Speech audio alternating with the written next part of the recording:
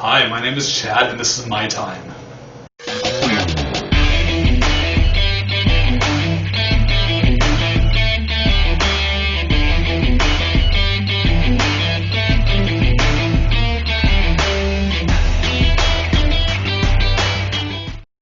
Hello and welcome to another episode of My Time. I'm here with Chad. How are you doing today, Chad? I am very good. Thanks for having me on. I'm glad you're here. You know, we've known each other for a number of years, so we know a few things about each other. I think this should be interesting. This will be good. Good. It's good to have you here. Let's get right to it. For sure. 3 questions I'll ask you. You'll ask me 3 questions. See how that goes. It's a great format. I think it is too. Yeah, absolutely. My time, but it's your time. Anyway, what do you do, Chad? Okay, well, first of all, I direct this show. This is the 3rd episode. Absolutely. I have directed the second 2 episodes. This one and the previous one. Yeah, that's right. What does it take to direct a show like My Time? Honestly, I don't really have a definitive answer yet. I'm still learning. This is technically the first artistic project I've been a director of. I've watched many YouTube videos and read many articles about directing live action things. So I think for now I'll say that it takes like a vision of what needs to be said or done. Right. And a creative spark, and I guess a good working relationship with the showrunner of the project. Well, seems like we're doing good so far. Hopefully, yeah. So far, so good, and hopefully we can make a lot more episodes together and have a lot of fun with this, right? Yeah. Absolutely. Okay, my question. No, hold on. I want to get through everything that you do, Chad. Oh, that's right. Let's do you first. That's my mistake. That's fine. What's another thing that you do, Chad? Oh yeah, I play a few musical instruments. Okay. What instruments do you play? I play the electric guitar and the electric bass and the piano and like a tiny little bit of acoustic guitar. Awesome. Like, how long have you been playing the guitar? I've been playing it on and off since I was like 13 or 14 years old. I used to rent a guitar, but then I started playing more seriously within the last couple years, so I'm okay at the instruments now. Okay. Yeah. Just okay? Just okay. Well, that's okay with me. It can always be better. Absolutely. Yeah, electric is my main guitar. What's my your main instrument. Okay, good. What types of music do you usually play? I usually play rock and metal and punk. Nice. Well, I'm into basically all those things. Yeah, that's cool. That's good. Yeah, we've got some things in common. Tell me one more thing that you do, Chad. I do. I've just started learning 3D animation. Awesome. I'm using a free-to-use program called Blender. It's considering that it's free, it's a very powerful program. It can do a whole lot of things. It's comparable to what the professionals in the animation industry use. It's very complicated to learn, and I'm only at the very beginning, but I'm very excited about what I think that I will be able to do with it. That's awesome. You mentioned to me in the past that you're considering creating an animation show, right? Yeah, that's right. Can you tell me a little bit about it? What the show would be? Yeah, absolutely. Yeah. Well, actually, I have two shows that I was thinking about. One is sort of a medieval Renaissance type fantasy story. Okay, interesting. It's based on like it's wouldn't be as like epic as Lord of the Rings or Game of Thrones. It would be more like a sitcom. I think like if Lord of the Rings was like Friends or Community or something like that, I think that'd be a fun idea. That's an interesting way to look at Lord of the Rings. Yeah, but because they were friends, but it wasn't a very funny movie series or book series. You mentioned that you're going to do another animation series that you're thinking of. Yeah, this one I was thinking it would be super simple just because, because we're in the pandemic right now, and there are local ordinances in place that means that you can't have a specific amount of people like in your personal space. So this would be me just doing all the voice parts. It would be me and a bunch of clones of me on a spaceship doing space adventure things, like a sci-fi. Interesting. Yeah, And it would just be you doing different characters? yeah. Yeah, that's quite an I think that'd adventure. be fun. I'm sure it would be. Yeah. Yeah, that's awesome. Tell me one more thing that you do, Chad. I like to learn things. That's fantastic. Tell us some things that you learned recently and that might be of interest. What have I learned recently? Uh, well, a lot of it has to do with this animation program Blender, uh, and I also was using the video game engine called Unity that is also free to download and use. Nice. For personal use at least. I don't know what the rules for companies using Unity is, but I learned a lot about the very basics of learning that and how to export Blender 3D Blender files into Unity. Okay. Yeah, and I learned that's one thing I learned. I learned what a FBX file is. I Okay. can't remember if it's FBX or FXB. It's one of those things. It's what you use to export your 3D meshes from Blender into Unity so that they can be used in your game engine. Cool. Really? Yeah. Interesting. One thing about what you do is very artistic and creative, I Yeah. find. Now, what do you think brought you into that type of understanding in life and when doing those types of things? I think I've always been a creative person. I think that people are just like some people are born creative and some people are born like more logical. Yeah. Yeah. I got you. Yeah, so I don't know. I don't think it was like one specific event. It was just like how I've been brought up, and people have told me that I'm a very creative person. It's always just been that way for you. Yeah, pretty much. That's good. I'm glad you are that way because most Yeah. people, not most people, but a lot of people find themselves, stuck in things that don't bring creative ideas out of them. Yeah, And I can see that being detrimental to people's lives sometimes. and I think it's important for people to express their creative urges. It's one of the oldest things. I mean, everybody's familiar with the ancient cave paintings of the cave people on the cave walls. Right? People have been doing that for over 10,000 years. So it's a very proud tradition that I'm happy to be a part of. As am I. As am I. Well, thanks for answering those questions for me Yeah. and what you do. That's Yeah. very interesting, Chad. Thank you. Now I have a question for you. Fantastic.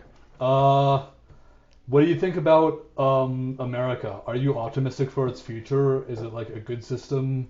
Well, I think right now we should say when it is. So other people right. have a Yeah, that's relation true. as to what's going on. Yeah. It's near the time where Joe Biden is going to be admitted into presidency, right? Yeah. And Donald Trump has been impeached for the second time. Yeah, we're about a week and a half out from the January 6th riots. Inciting insurrection, correct? All right. I looked a little bit into that. And with the, success in the eyes of like the American political system, in my eyes, was just kind of hanging on for the longest time, and recently just fell off the rails with Donald Trump, leading a Republican Party that seems to be following them blindly into racism and things like that, and white supremacy and riots against political natures. Right now things are terrible. Right. But I believe if with this impeachment, Donald Trump doesn't get into office in the future, that's a success. That's good. Yeah. If they have that capability of holding a person like that away from that office because of the things he's done, then that's quite successful in my mind. Do you think that there should be any infrastructure set into place so that a person with such a blatant disregard for his fellow countrymen and the idea of democracy itself shouldn't be allowed to be in that office ever again? Ever again. Yeah. I agree. No. I may be biased in a sense where I'm not Republican and I wouldn't go that way regardless. Right. But I find that it's almost absurd, the types of things he's done in his time. And it's unfortunate that a leader like that could be put in place in a country as powerful as America is. Yeah. And I like this. Let me just see if I had anything else here. But like time will tell with the government in the United States. And I mean, I guess we could always say that it's kind of a cop out, but I mean, I, can they learn from their mistakes? Will they do it again? Will this type of thing happen again? You Yeah, know, will they be able to move forward and build a stronger country from the problems that they've gone through? yeah. It's hard to say. It's hard to say. Well, We can I'm only hopeful for things. I say there's light on the horizon, and this stupid pandemic should be over in 6-8 months, and we'll be hopefully, back to yeah. normal. Well, we'll see what happens. It's crazy times. But that's when I answer your questions. Nice. Anyway, second question for you, Chad. Yes. What don't you do? Oh, what don't I do? Man, I at least I try really hard not to like hold on to the past and be angry about what has happened in the past that was unjust to me. Okay. Yeah. Have you found a lot of injustice in your life? Uh, not not very much compared to what other people's experiences have been. So I suppose it's been easy in that regard. Although I haven't had zero injustice. Well, I don't think anybody's had zero That's true. injustice, but I mean, injustice is a tough one for everybody. Yeah. That's great. I'm glad you don't hold on to the past. Yeah. Can you cite like a specific example of not holding on to the past, and what you kind of mean more about that? Yeah. I used to be really angry about how the way the whole education system is set up. Okay. Because it's standard for each student, except children don't come standard. So Hmm. the let's call them the odd children for lack of a better word, don't do as well in formal education as let's call them normal children, although that's a terrible way of putting it. Ah, well, what are you gonna call them? Yeah. Yeah. Um, yeah, so I don't think that, yeah, I don't know. You don't know. Okay, well, that's okay. I mean, do you think it's important to learn from our mistakes? I understand that you say you don't hold on to your past, but Yeah. there's got to be things in your past that you have to take, right? Yeah, you definitely have to remember the past and like learn from it and then get rid of the bad stuff and then learn from it Right. so that you can improve your future. Okay, interesting. Um, how can you relate learning from our mistakes to not holding on to the past? How can I relate learning from our mistakes to not holding onto the past? Um, I think that if you make a mistake, man, these are really tough questions. By Oh, the I'm way. sorry, Chad. You don't have to answer that, but I mean, I mean, let me just see if I can figure this out a little better. But we learn from our mistakes. Yeah, I think we talked about this a little bit, but let's move on. Anyway, can you tell me one other thing that you don't do? Yeah. I try not to judge people too harshly for the mistakes that they've made in the past or for the attitudes they have. Um, it's people are like a work in progress. Everybody, myself included. Um, yeah. Interesting. Do you think you judge people less than most other people? That's hard to say. I don't want to have a negative opinion about other people, but if I had to guess, I would say that me being at least a little bit self-aware about how about how humans are would make me say yes to that question. Okay. Like, but just like a little bit. Right. Right. Okay. Yeah. Have you always had a forgiving nature? Do you think? No, I learned it. I was an angry kid because nothing made sense, and like still nothing makes sense. But now at least I understand why nothing makes sense. Good. So that's given me like a little bit of peace. And I'm glad you're no longer an angry kid. Me too. Absolutely. I'm an angry adult. Do you think it's a learned or an innate trait to be forgiving? Oh, I think it's both ways. Like people can learn to be more forgiving, but they can be taught whether by people or just like the world in general to be less forgiving. And I do think that if you do want to be more forgiving, that's something that you do need to work at. Okay, interesting. Okay, great, Yeah. Chet. That's my question. What you don't do? Yeah, I have a question for you. Okay, I'm ready. Okay, what's gonna happen when the robots take all of our jobs? Okay, I just want to explain. The first time he Yeah. said this question to me, I said, well, there's no way that's ever going to happen Yeah. because we won't let it get that far. And I think that's a rational thought. But at the same time, people believe, smart people, like I know Elon Musk believes, Yeah. that, and Stephen Hawking believe, Yeah. both that robots, AI, could potentially take over. And I didn't believe it until I saw on TV, right? Yeah. It was just such a surprising thing that you had mentioned that, and I watched it on TV the next day, a whole show about it, and it's really, really kind of an interesting thought. But you know, if they were robots that were taking over our jobs, Yeah. we would likely evolve away from those jobs to new jobs, like where we would focus our lives. Maybe we'd leave them on Earth and leave the planet.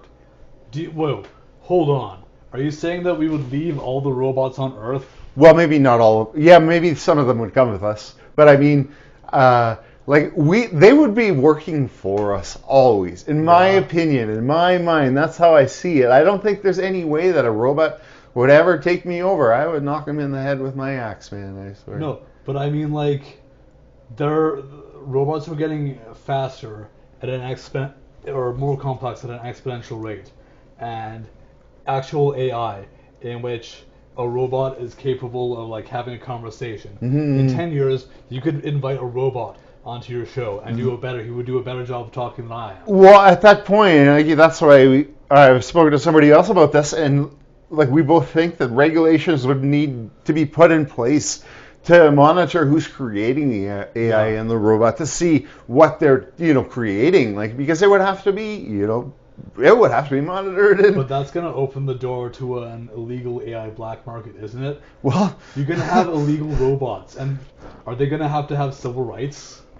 Man, that's one thing that was on that show that they talked about. Yeah. That she was granted rights in Saudi Arabia as a person, honest to God. So there you go. It's definitely possible. Okay. I don't see the negativity coming like Terminator or whatever circumstance. Yeah. iRobot. I the thoughts that have come from the past. In my opinion, we're going to be just fine. We're going to be just fine. Okay, well, it's good to hear you say that. I like the optimism. That's good. Okay, well, I have one more question for you. Chad, why don't you tell me, relating to holding on to the past, not holding on to the past, and not judging people harshly, why in particular don't you do that? Because, man, being a human is just so hard. It's the hardest thing in the world. And you go to school to learn how to, like, write sentences and do math and sociology and run laps in a gym or whatever. Right. But you don't. There are no human lessons. You don't go to school to like learn how to plan your life or how to be fulfilled or how to have successful relationships, which is weird. It's the weirdest thing in the world, and everybody's like okay with it. Mm-hmm. And that makes no sense to me. And this is relating to holding on to the past, right? Yeah. Okay. One question on judging people. I find this a very interesting subject. I've been through a lot of it in my life, I feel. And so do you feel that there comes a time when we should be responsible for our actions and that it's like just because we're susceptible to imperfection that it's okay? Humans are flawed, it's true. I think that people should be, starting as children, should be more and more responsible and accountable. Okay. There's not like a line where it's like, all right, you are 18, you are now 100% responsible. Right. You need to take a look at the actions that people have done, and while they are responsible for them, it's important to understand what were the internal and external factors that led to the person doing that act. Right. You can't like look at people in a vacuum. You need to understand the context in which people exist. Okay. Very good. I like your answer. What types of growth do you think most people should be aspiring to attain and better themselves with? I think these days, with the advent of the internet and social media, I think that social growth is a very important thing. Okay. Because all of the research on social media currently says that it's making us miserable. Obviously, that's a bad thing for society. I think a big part of that is people aren't interacting with each other face to face like they used to. Yeah. I agree with They're you. doing it over the internet, and when they're doing it, they're only showing the best of their lives, maybe even like a fake version of their lives. Right. So people get like a really warped sense of how everybody else is doing, and they think that they have the worst life because they only see the very good parts of other people's lives. Okay. Well, that's really interesting, Chad. Thanks for telling me that and answering my questions. Yeah. And I believe you have one more for I me. do have one more question. Let's zoom out all the way onto the universe and God. What is God's relation to the universe and to humans? Okay. First of all, I just want to explain that in 2001, I took magic mushrooms. Right. And I saw what was an apparition or a manifestation, as I understand it, of God. Okay. The white God with the white beard, the white hair. So it's from that vision I've developed an understanding, and I've had to really make sense of it. And it was reality. It wasn't hallucination. Okay, this was something beyond. Yeah. And I went somewhere else and I saw him there, and I'm not going to go too deep into it, but my understanding from that was 18 years ago, So since that time, I haven't seen God again, but I know He's there. Well, and I think that it really manipulated the way I had to understand things. Yeah. Because I'd never been susceptible to anything like that until that time, Yeah. And then since that time, I've developed bipolar disorder, psychosis, delusional thought. But at the same time, it's very, very spiritual. Yeah. It's not necessarily lunacy or whatever. Or, that's a bad word. It's nothing like that. And it's an understanding of being able to see God and see the universe in a different way. Yeah. And in my opinion, it's so hard to say, but God might be the ruler of Earth. That's the way I see it. The ruler of the universe might be something beyond. Because in my opinion, not my opinion, but for some reason, a number of years ago, I had a vision where I went to the edge of the universe and peered out. Yeah. Okay, and I saw other universes, many of them, which made me believe that we're one of many. Maybe an experiment of many universes to see what will happen and how we can come together as one in the end. Yeah, it's really interesting that you say that.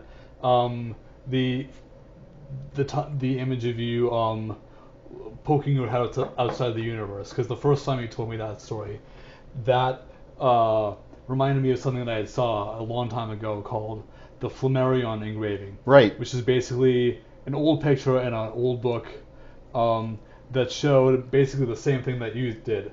It's a man poking his head outside of the universe, and it's weird because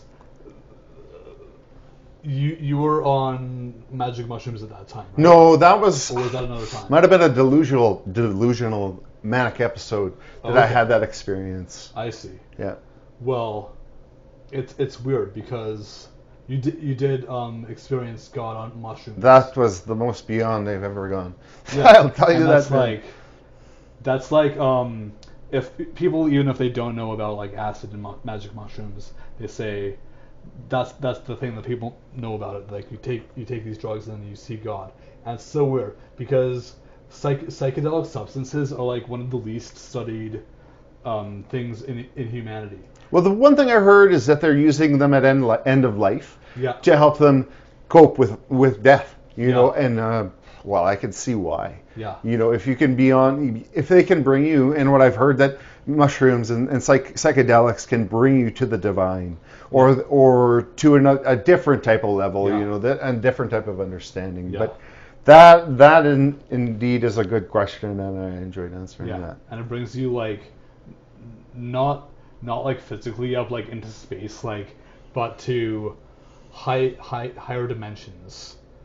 Absolutely. Yeah. Dimensions are interesting, and that's a whole nother conversation for another time. Maybe we'll do another My Time episode in about 20 episodes, Chad. I will be totally down for that. Awesome, Chad. Well, thanks for being on the show. Thanks for having me on. Thanks to being my director. Yeah, thanks to thanks, Braden for being a cameraman. And thanks to all you out on YouTube land watching. This has been My Time. Until your time, goodbye.